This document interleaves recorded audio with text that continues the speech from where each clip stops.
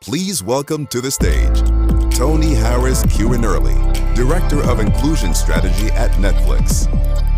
Imani Joyce Samuels, Founder and CEO of Huru. Afternoon, good evening to our community all across the world. Welcome. I am Hakimia Jackson, Global Executive Coach, DI Board Advisor, and today I will be your POW moderator. Thank you so much for taking the time out of your day today to experience this growth opportunity, specifically on the topic of the radical pro-Black roots of self-care. This is our time to connect and evolve together. In order to make this time investment worth it, we need you to gift us with your wisdom and insight throughout the experience. So your presence here today, it matters. Know that you're not just watching a fireside chat, you are a part of it. In fact, throughout this next hour, we'll be asking you some questions so that you can interact not only with the speakers, but with one another. So right now, I'm going to put you to work. The speakers and myself want to get to know you just a little bit better. I need you to share two things right there in the chat. Specifically, how do you recharge and how has it positively impacted the world around you? I would love to get to know you a little bit better. So please share that in the chat.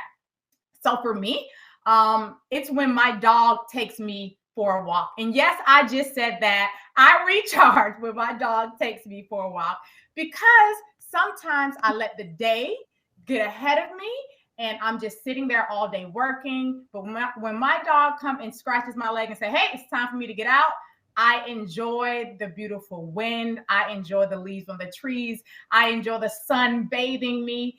This is how I recharge. And it's important because when I do, I'm able to motivate and stretch my clients and the people around me so that they can achieve and operate in their maximum potential. So what about you? We would love to hear. So continue to share in the chat. Radical self-care is the active decision to put your wellness before anyone or anything else. So for Black women, it is a form of protest against a society that is determined to oppress us to death, okay? So radical self-care goes beyond your physical fitness. It also includes your emotional well-being, as well as the condition of your soul and your spirit. It also tells the world that you have taken ownership of every part of your life and your leadership journey, and you refuse for others to devalue it because you know your worth. We have some brilliant leaders here with us today. So please show some power love to the amazing and brilliant Tony Harris Quinterly, Director of Inclusion at Netflix, Imani Joyce Samuels, founder and CEO of Huru, an amazing organization.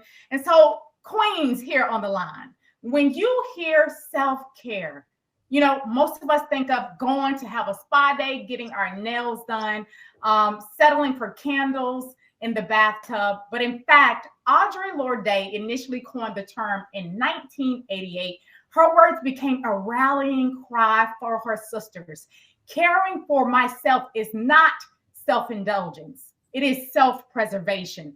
And that is an act of political warfare. In this context, self-care was a way to insist to an oppressive culture that you matter, that you were worthy of care. So in Lorde's words, or no less relevant today, I would love to hear from you both actually. Tell us, in a culture that's not centered around, health for Black women, does not prioritize our care, how do you care for yourself? And please, a little introduction as well. Tony, I'll defer to you. Imani, you want to go first? You're so kind. Sure, I am happy to go first. Audre Lorde, what a genius. She is a gift to us. She is a gift for generations to come. When I think about her words, self-preservation is an act of political warfare, which means that we have to know our bodies. Like nobody else is going to know how we feel inside except for us. And so to go into our bodies is the deepest, most beautiful gift we've been granted from God. It is our breath. It is the calm heartbeat that we feel.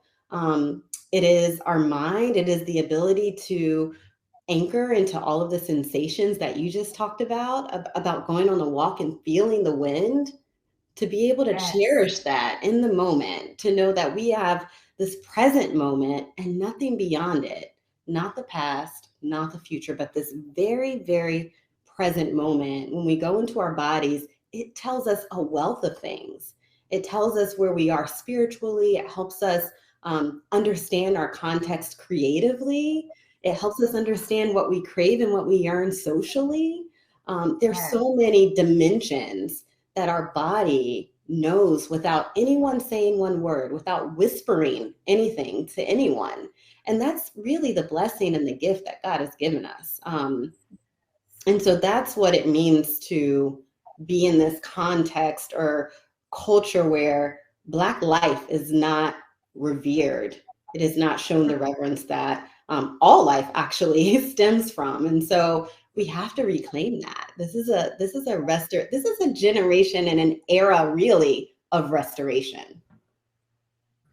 Imani, I really love that. And I love your use of the word reverence.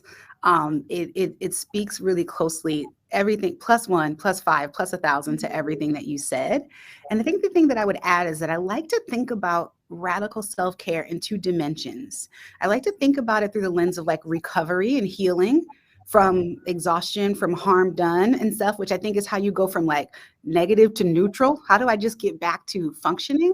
And then your comment around reverence, Imani, really connected to this. Then it's like, well, what is pleasure? Yes. Which I think is like going from neutral to good, right? Yes. And so there are the things that I want to do and condition my child and condition my family into around recognizing like, okay, what's the healing work that we need to do to go from harmed to well, which I think wellness should be our neutral state, right? How do I get to well from harmed, from exhausted, from overworked? But then once I'm well, as I'm well, how do I get to pleasure? Mm-hmm. How do I get to like good stuff on top of that? What does it mean to revere who I am and my own wellness and luxuriate in those experiences, even if it's not connected to capital and to money? So that's my sort of approach to it. What's going to get me well to neutral, and then what's going to take me into the zone of pleasure? Because I like both, you know? As you should. Right. I love that. What's going to get me well to neutral, and what's going to get me to that place of pleasure? I love what you said, both of you actually, specifically that being present part. I think that's important because it's a lot of things that's currently going on that we experience, Imani, that keeps us away from being present. I think the research shows that most of the time our thinking is actually in a future state. Yeah. We're not even addressing what we're currently experiencing now. What are your thoughts there, both of you? Tony, go ahead. Well, Imani really set the right foundation for it in saying that this being present piece is so important. I'll give you a practical example. So I grind my teeth when I'm tense, and I also hold my breath. And it wasn't until I was talking to my daughter a couple of days ago that we were talking about some dance routine that she's working on in school. And I said, oh, I always struggled with like the cardio and the kickboxing or the whatever, because the minute I'm focused on something or concentrating on something, I tend to hold my breath. And she's like, why would you do that? And I'm like, why would I do that? Why would I do that, right? Like, why would I cut off access to the thing I need most at the thing that I need most? Her question was not from a place of shame. It was from a place of genuine curiosity. But I think it brings us back to the moment of presence, which is like, am I present enough to recognize that I'm not breathing? Mm-hmm. Am I present enough to recognize that I'm clenching my jaw? Am I present enough to recognize that I'm clenching my fingers? Am I present enough to recognize that? Because those are my body's way of saying, friend, we are not at neutral. We are not at well. We are in harm zone. We are in protection zone. And sometimes we're just in the zone and we're focusing and we're doing something and we're creating and I'm just in it. But also that's not the state that I want to sustain. I don't want to always be in that tense state, but it isn't until I'm able to take that breath and like, oh, I haven't taken a deep breath in an hour. Mm. I have not taken a deep breath. I have not felt oxygen in the belly of in my belly in an hour. I need to pause for a second. So I think that piece of presence is really important because it allows us to hear the messages that our body is giving us and allows us to then trust that, like, I'm well and I'm going to be well because I have a body that's constantly fighting for me and working out and sending me signals to say, like, oh, you're not getting it because you're holding your breath. Let's let that jaw feel a little bit tight so you recognize you need to do this. Or like that hip pain that you're feeling because you've been sitting all day. That's my way of telling you I need more from you. I'm trying to do better for you. So it's just starting to like appreciate my body giving me these signals rather than being upset that I'm feeling aches and pains has been a helpful way for me to use my body, my body's reminders as a way to stay present. They're just giving me cues. I love that, Tony. Thank you for sharing. And your daughter, I mean, what a genius from the mouth of babes, right? Like the curiosity actually is healing. I think there's so much that comes with perhaps our lack of being present. And as Black women, that's okay. Like, I just want to acknowledge if anybody has the permission to not be focused, it's the Black woman. We are cultivating families, being a badass in our workplace, navigating community engagements and leading community efforts outside of work, traveling the world to understand outside in thinking, just really becoming change makers in our society. Plus, it is restorative, but it is also imaginative and curious. Like we talk about the Sabbath, some talk about the Sabbath and like the Sunday or the Saturday, depending on what faith, really understanding you're sitting there, but you haven't really done anything. Like when God created the 7 days, God created man on Saturday or the sixth day, and then said, I'm going to teach you how to rest on the seventh day. Like man hadn't done anything, literally nothing. What do you need to rest for? Well, it's because it's anticipatory. We're resting so that we can dream the lives that we want to live. We can dream of the world that we seek to impact. And so that has been the blessing. I think that when Tony talks about luxuriating in it, that is the joy, luxuriating in that. Generational luxuriation should be a thing. Like we should, today, that is a thing. Generational luxuriation. Oh, does that answer your question? I just wanted to take a second to sort of like honor what you shared in your journey with your child and honor that moment of like, you know, we have mistakes that we make, and then sometimes life sends things whether we make a mistake or not. But all of those things, even if we're struggling to find the reason, because sometimes I can't come up with a good reason for that.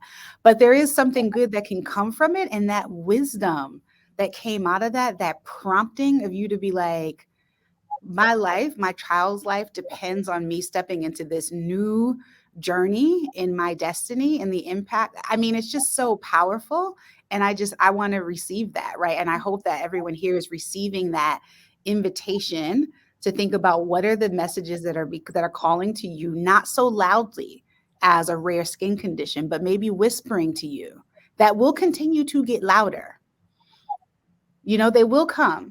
But what are the lessons that are whispering to you right now? Number one. But then two, how do we have the faith that when we take the moment to rest, because it is faith, it's not seen for many of us. When we take the time to rest, that thing will happen on the other side of it. I struggle with that. Like if I take a sabbatical, if I take an extended rest, will the inspiration, will the motivation, will the thing be on the other side? So it's just really deeply affirming to hear you talk about like that thing came on the other side of it, but it's just very scary for people to kind of take that when they don't have such a compelling situation as a child, you know, being in a health scenario on the front side, compelling them to. So I thank you so much for sharing that. Yeah, my pleasure. Thank you. Yeah, and so do I. Thank you so much for showing your vulnerability. And this is what we need when we have this type of conversation, for us to be open and honest with our sisters, our community, our leaders. whether it's at work or somewhere else, to really be transparent about what we're experiencing, specifically around our health. Because if you're not going to start now, your body will do it for you. And by then, we hope that it's not too late. Mm-hmm. So let's not wait for us to be reactionary.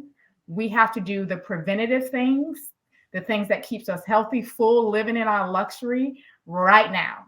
And so you're going to get some tips from these amazing queens here, brilliant leaders, specifically around some work-life harmony. So we've talked about our boundaries if you're just tuning in. We've talked about our rest strategies, but determining how we implement that into our lives. We hear a lot about work-life balance. I like to say work-life integration when I'm partnering with my leaders. And you also heard work-life harmony. What do you do specifically to achieve that harmony or the work-life integration that you're looking for? I'll jump in here. So at some point in time in my career, I recognized that I really like to have fun. I really, really like to have fun. Like one of my highest drivers is, we're going to be real here. One of my highest drivers is hedonism. And I don't mean the resort in Jamaica. I mean, like it's an assessment, the Hogan assessment, which is flawed in some ways, but also great in some others. But in any event, it talks about like values. And one of my highest values is hedonism, which is joy and fun. My daughter's middle name is Joy. Imani and I are connected. Her name is Joy. Like this is a thing for me, right? So I had to ask myself, well, when can I do hard things? And that's when I actually enjoy the people I'm doing them with. So the first thing for me around my own well-being and wellness is I really focus on making sure that what I'm doing it with people I enjoy doing it with. And that is a hard thing up front to kind of like really negotiate. But if I'm getting signals that I'm not going to get some joy out of this partnership, we cannot do anything hard together. I really have to enjoy who I'm doing it. It just has a real impact on my overall mental, social, emotional, and physical health. Also, I just can't be letting people up in my space if it's not going to be good. So that's number one. And the second thing, which was not something that I focused on until maybe the past 6 or 7 years, was I make all my doctor's appointments. I really do. Like I just have gotten into the practice of getting an annual physical exam. Like when things are not sort of like operating at the consistency that I expect, showing up for that. It is very basic, but I know so many people who have not had a physical exam who have access to healthcare. It is much harder when you don't have access to healthcare. And I want to name that. But there are so many people who have access to healthcare, but don't have an annual physical exam. So like just those kinds of things, that routine wellness check-in is really important. And I would say the last thing is like, actually, and this is where maybe the two of those come together. One of the goals that I set last year was I'm going to find doctors who I love. Right? Because I can do hard things if I enjoy the people I'm doing them with. So I've made a commitment to be like, I need my dentist, my gynecologist, my sort of general health practitioner, my dermatologist, to all be people who I really like. And I have worked on a 2-year process of finding people. I got like 4 out of the 5. 1 I'm still working on. But even to be able to set that and say this is a goal is important. So I would recommend people getting into a good relationship with healthcare providers who you trust, and giving yourself the honor of being able to say, if I have benefits and I can access that, I'm going to really continue to invest the time in finding somebody who I want to be in a good healthcare relationship with. So I have routine health maintenance practices, foundational, but so important. Oh my goodness. First of all, my husband would love you. He's like, make all the appointments. Yes, he would love you. I will share this with him. He'd be thrilled. I share the same sentiments, actually. There's not too much deviation. I think the priority is love and joy. Like those are the priorities in every day. I actually think it's all life. Like it's all life. Work is just a component of it, but it is all life. And that this harmony or kind of orchestra of events, this symphony, is reflective of what we have set as desires, what we've named as aspirations. There is a character strength assessment, and this isn't a shameless plug because it's not mine, but it is run by positive psychologist, Dr. Dan Tomasulo, and a few other folks that he has peers and researchers with. And it has been tested across the globe. So it is pretty ubiquitous across several dozen cultures.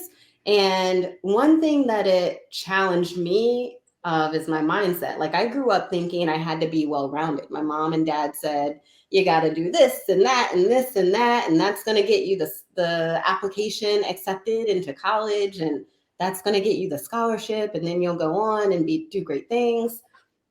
But there is beauty behind doing exactly what you love. Like, you don't have to do everything. And so when you take this assessment, it actually identifies, of the 24 or so character strengths, here are the ones that rise to the top for you. Here are your top 5. For me, that's spirituality, that's love, that's kindness, and a couple of curiosity, and one other that I'm forgetting, but they are there. There's honesty for some folks, there's bravery for other folks, and leaning heavily into those is actually what brings you joy. Like, I love going to places of worship that I might not even identify as that faith, but sacred spaces bring me joy. They may not bring everybody joy, but they bring me joy. I love going to the gardens. I love going to the ponds. And so I prioritize that every day. There's not a day that goes by where I don't do something that I love. And I think that is part of the harmony. I love the relational piece. Oh my goodness. Tony, if you can say that, the relational piece, like, you have to, if you're even thinking of something difficult, doing it with people who you enjoy doing stuff with. Like, that is the end all be all in many cases. So there's definitely this, like, prioritization of joy. There's definitely this relational piece for sure, but just also what we define as work. Asking yourself, like, being truly honest with yourself, do you enjoy this? Is this fulfilling to you? Like, sometimes we take these elevated roles or titles because of X, because of ego. And there's nothing wrong with ego, but there is integration of ego and spirit. And so it should be fulfilling to you if you're going to be the director of DEI for Netflix. That should be fulfilling to you at least 80% of the time, if not more. And so I think one thing that I realized probably in my 16th year of my career is that what I was doing actually wasn't fulfilling. I was really, really good at it. I was well compensated for it, but it wasn't something that I loved myself. And so to take a step back and to have this, like, assessment of life, if you were to put all of the compartments there of relational, leisurely, travel, work, or personal fulfillment. I love to dance. I love to do ballet. I love to do salsa. I love to do Afro beats. Like, does that comprise what I really call joy, what I really call love? And if there's we spend 40 plus, 80 plus, XYZ plus hours every week, every pay period, with people in a space doing work where someone else has set a goal. Do you really love it? And if you do, if the answer is yes, and for many people it will be yes, beautiful. But if the answer is not yes, it is okay to say goodbye. It is okay. Nothing is going to happen there. A lion is not going to chase you. You will not be homeless. Like, it is okay. That's okay. And I think these past couple of years are probably the most honest years that I've ever had in my life. Yes. Yeah. Thank you so much for that, Imani. That resonated with me, specifically the part about, saying it's okay. It's okay if you don't want this next opportunity or this title. What came to mind was when I started off in the tech industry as a computer programmer. And the reason why I chose that route was because of what I was running away from. I'm the oldest of 7. My mom is a janitor. My father's an immigrant from Colombia. And I didn't want to live in poverty. So I chose the job that'll give me the most money at that time. And I didn't have the future focus of, instead of saying running away from, I need to focus on what I want to run to. And so giving yourself now, what Imani talked about, that permission to say, I'll pass, or next opportunity, is very important. You're honoring you, your ancestors, but most importantly, you're honoring this source. And that's whatever source you believe in, this higher source, to say, I created you for something. And so when you connect to that source gives you a purpose, a greater significance and meaning in life. Explore what that is. That's what these brilliant leaders are saying with us today. And so as we explore what that is, I will, those people who may have experienced or in life where I've tried to force, compromise what they've set, that work life, boundary, or the harmony that they want. What tools, what words can you provide to them to say, hey, no, I want to hold this space firm? One, play this back and think about Imani telling you that a lion is not going to eat you, because we do know that the amygdala, our survival instincts, do not distinguish between physical threat and threat to our sort of sense or perceived sense of stability. And that uncertainty actually creates the same stress responses that feeling like your body is physically in danger creates. So you also have to remind yourself that it's not because you're scared, it's not because you're shook, it's not because you don't have what it takes, it's because you have a functioning brain that has appropriate fear responses and is fighting to keep you alive. So like give some generosity to yourself, but recognize that you might have to override that system, and recognize that that a lion is not going to eat you. And if it is, then what do you need to put in place to keep that lion from coming? So maybe it's like, I need 3 months to get these bills in place, or maybe it's like you can still continue to work at it incrementally, but that powerful piece. I would tell people, if you care for plants, or you keep plants, or if you are afraid of killing plants, you probably have been told to get a snake plant. Snake plant, mother-in-law's tongue, beautiful plants that kind of snake up. People love them because they can thrive with very little light and very little care. But if you take a snake plant and you water it and you put it in the light, it will do things that people never knew snake plants can do, like flower and blossom, like grow at a rapid pace. And when I looked at that plant, I was like, whoa. So what you're telling me is you can live in the dark. You can still purify this household in the dark. You can still survive dehydrated, but you could do even more if we put you in the light and watered you once a week. So I want you to remember the snake plant, and remember that just because you can thrive with less does not mean that you should, and does not mean that you have even begun to see what you are capable of doing. Until you put yourself in the light, you give yourself regular water, you're going to sprout some stuff that you didn't even know you had. And it is going to scare you. But it will be power that you did not know you had access to. You thought you were doing it. You're not even there yet. You don't even know your own greatness yet. Like that is what. So think of a snake plant, or get one. I mean, I'm adding this to the list as we speak. I love it. I love it. There's no better analogy. I mean, this snake plant, the best is yet to come. The best is yet to come. We are ever evolving humans. We will change our mind a lot, and that is okay. Like, that is actually the mind of free agency and will going at its course. Like, that is what we've been given, what we've been gifted. So to leverage it in ways that we never imagined. This snake plant is thrilling. It's brilliant. I don't know if we have time, but I did want to offer a closing meditation whenever we have time. Oh, yes. I didn't know that. So yes, please, let's do it. Let's close out. And I'm pretty sure the community will be ready and open for it. So you have the floor. Thank you. I invite you to close your eyes or to soften your gaze. and to plant your feet into the earth. And erect your spine as if you are a tree rooting from the ground. And I invite you to take a few shallow breaths in with me. In and out. And in and out. And one more in and out.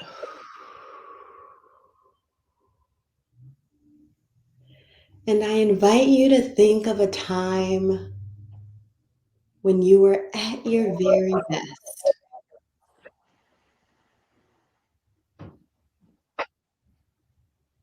A time when you felt alive,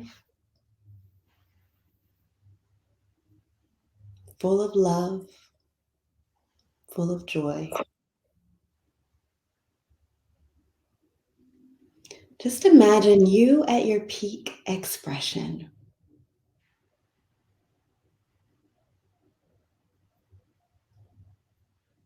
And notice where you are. Notice who you're with. Notice the taste in the air and the smells all around.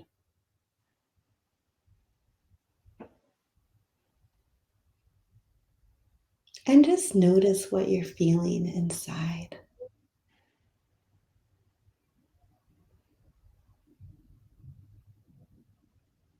Embrace those feelings and savor them for a few moments.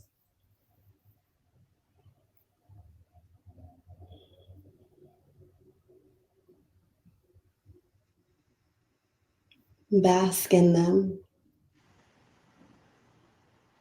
and allow them to surround your soul.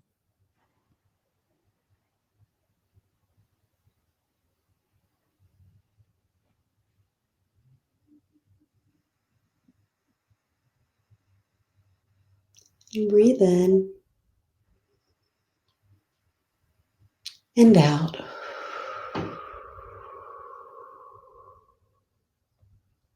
And in and let it go.